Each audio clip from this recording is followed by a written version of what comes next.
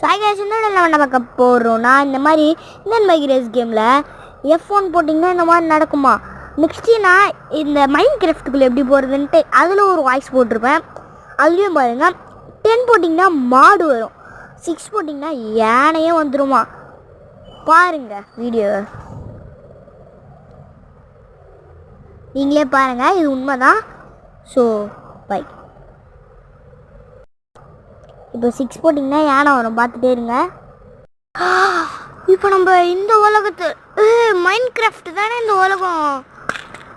ஐயோ இந்த seat code போட்டால் மைண்ட் கிராஃப்ட்டுக்கு வந்துடுவோமா இந்தியன் பைக் ரேஸ்கில். அந்த சீட் கோடு என்னென்னா 83838336.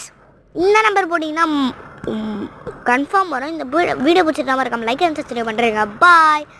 அப்புறம் இந்த வீடியோ உண்மை தான், பொய் இல்லை. Okay bye.